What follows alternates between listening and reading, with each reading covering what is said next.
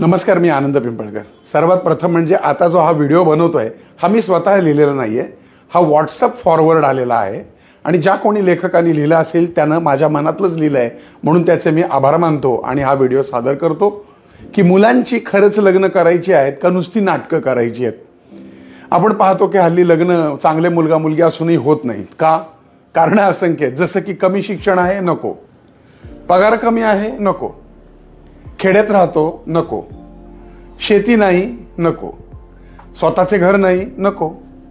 घरात सासू सासरे आहेत, अरे बापरे, मग नको. शेती करतो, अजिबात नको. धंदा करतो, काय सांगावं, खड्ड्यात जाईल, नको. शहरापासून फार लांब राहतो, नको. माझं आयुष्य या शहरात गेलंय, त्या शहरात मी कसं ऍडजस्ट करेन. रंगाने काळा आहे, अरे बापरे, नको. विरळ केस आहेत, नको. टक्कल आहे, नको.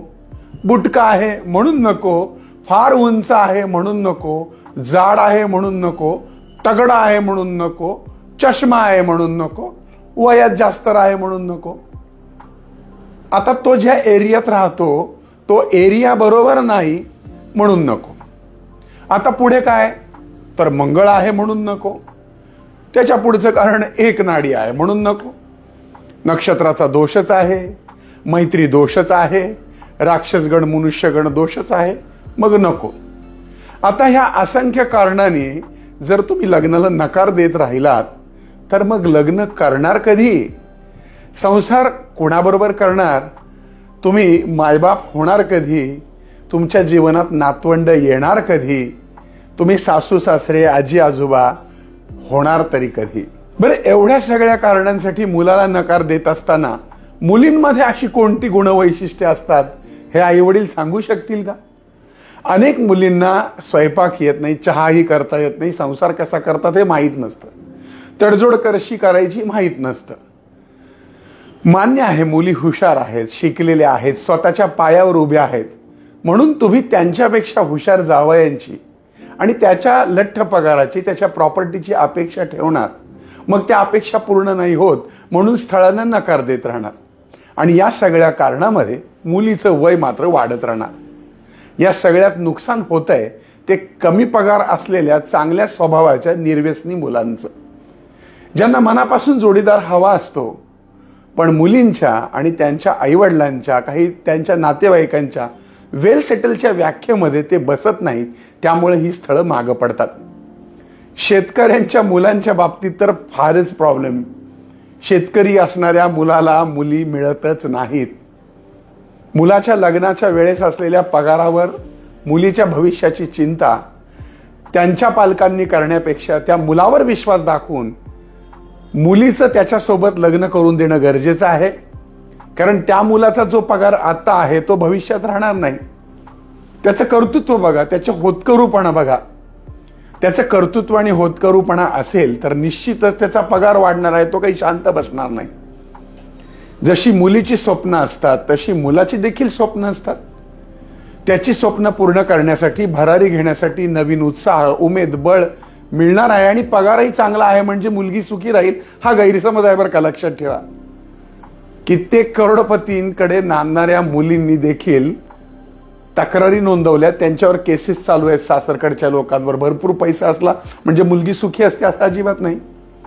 भविष्यात काय होणार आहे हे शक्यतो आपल्याला अंदाज येत नाही. एखादा पोरगा चांगल्या नोकरीला असेल तर तो नोकरीवरनं खाली येऊ शकतो, रंकाचा राजा राजाचा रंक होऊ शकतो.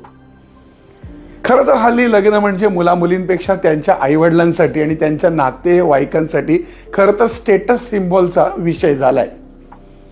माझा जावई डॉक्टर आहे, इंजिनियर आहे, MBA आहे, AMC आहे हे सांगण्यात आणि एवढं लाखाचं पॅकेज आहे, तेवढं लाखाचं पॅकेज आहे सांगण्यात पालकांना मोठेपणा वाटतोय.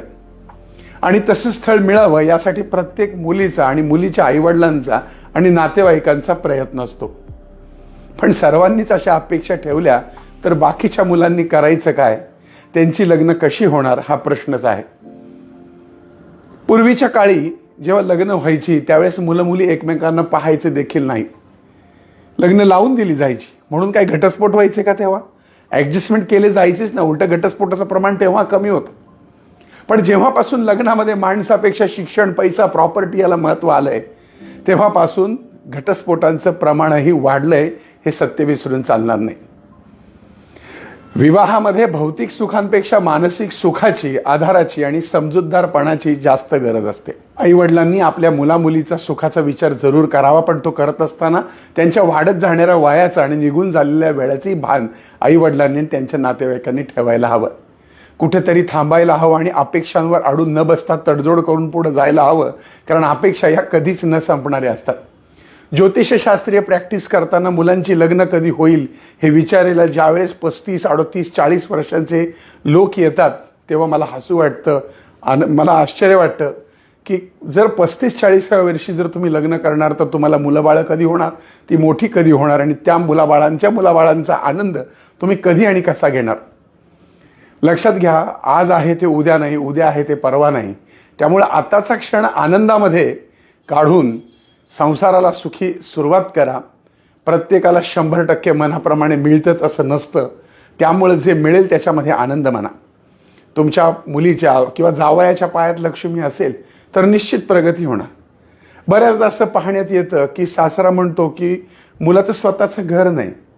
मुलाचं वय किती, तर 28 ते 30च्या रेंजमध्ये. अहो काका, तुमचं जेव्हा लग्न झालं आणि तुम्ही जेव्हा 28 ते 30 वर्षाचे होता तेव्हा तुमचं स्वतःचं घर झालं का हो? अर्थातच त्यांचं घर 50व्या वर्षी झालं. त्याच पद्धतीने त्यांना असं वाटतं की 25 ते 30च्या रेंजच्या मुलाची एवढी प्रगती असावी की बास रे बास, त्यानं मुलीला मर्सिडीजमध्येच फिरवावं. तर लक्षात घ्या, थोड्याशा अपेक्षा कमी करा. मी मुलीच्या वडिलांना दोष देतो अशातला भाग नाही. बऱ्याचदा असं पाहण्यात येतं की मुलांची लग्न करायची आहेत, पण ज्यावेळेस फोन केला जातो की तुमची मुलगी किंवा तुमचा मुलगा लग्नाचा आहे का, त्यावेळेस समोरच्या व्यक्तींकडनं रिस्पॉन्सच दिला जात नाही. फोन उचलले जात नाही, उचललं तर बोललं जात नाही, बोललं तर भेट घेतली जात नाही. अगदी कांदा पोहे आता तर तो विषय मागच राहिलाय. मुलगी म्हणते मी आधी भेटते, पाहते, मला आवडला तर विचार करते. बऱ्याचदा असंही पाहण्यात आले की मुलगी म्हणते की मी त्याच्याबरोबर वर्षभर राहीन, काय म्हणतात ते, लिव्ह रिलेशनशिप, आणि मला वाटलं तर पुढे कंटिन्यू करेन. नाही चालत असं. तेव्हा काळजी घ्या. आता तर नवीन एक ट्रेंड वेगळा चाललाय की मुलींशी लग्न करतायत आणि मुलांशी लग्न करतायत. ठीक आहे, हा ज्याचा त्याचा व्यक्तिगत स्वातंत्र्याचा भाग आहे आणि कायदा सुद्धा त्याला जर मान्यता देतोय, तर माझं त्याच्याबद्दल काही म्हणणं नाही. परंतु अपेक्षांचं ओझं मात्र कमी करा, म्हणजे लवकरच आपल्या मुलाबाळांची लग्न ठरतील. हा लेख मी लिहिलेला नाही, ज्यांनी कोणी लिहिलाय हा मला व्हॉट्सअपवर आला होता, त्या अज्ञात लेखकाच्या आभारासह मी सादर करत आहे. धन्यवाद.